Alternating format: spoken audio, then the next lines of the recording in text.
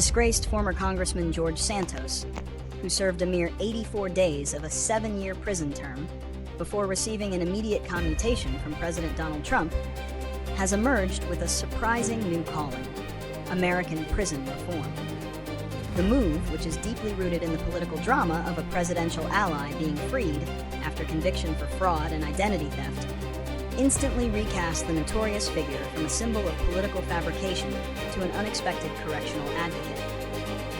Santos, who pleaded guilty to charges including wire fraud and aggravated identity theft stemming from his years of defrauding donors and constituents, was sentenced to 87 months in federal prison in April. His highly publicized time behind bars at the Federal Correctional Institution FCI, Fairton, was short-lived, with his attorney successfully appealing directly to the White House for clemency.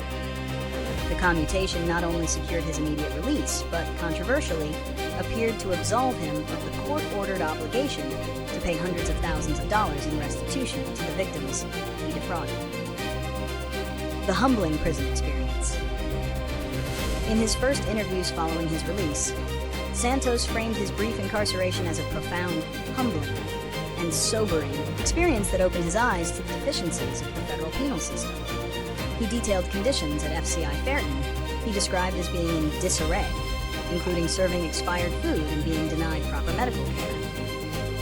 Crucially, Santos revealed that he spent nearly half of his 84 days in protective custody, or solitary confinement, which he called a dehumanizing and destructive mental health experience.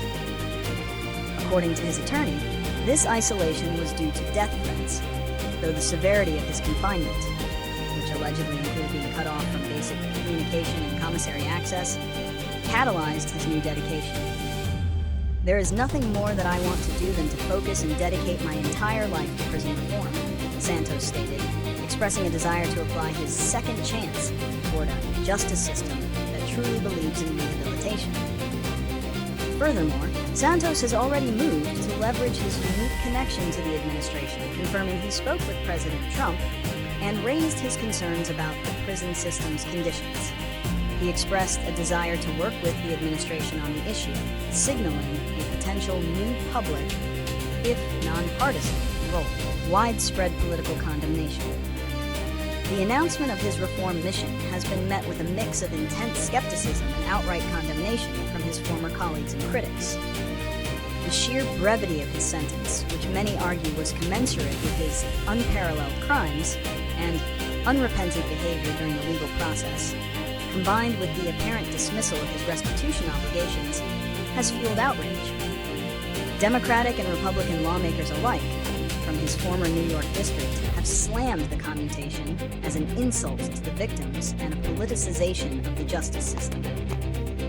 Congressman Nick Lolota, a Republican who led the charge for Santos's expulsion from the House, stated that less than 3 months in prison is not justice, and that Santos should devote his life to demonstrating remorse and making restitution. Former opponent Robert Zimmerman called the message being sent by the commutation dangerous. Critics view the reform effort less as a sincere conversion and more as a calculated effort to remain in the public spotlight and rehabilitate a tarnished brand, especially given his immediate return to monetizing his celebrity through personalized video messages on platforms like Cameo. Despite the political noise and accusations of self-serving motives, Santos remains defiant. Dismissing his critics' outrage as pearl-clutching, he insists that his personal experience has granted him a unique perspective on the need for systemic change. The story of George Santos has thus transitioned from one of political fabrication to a high-profile case study in executive clemency, now setting the stage for a contentious new chapter in the ongoing national debate over crime, punishment, and political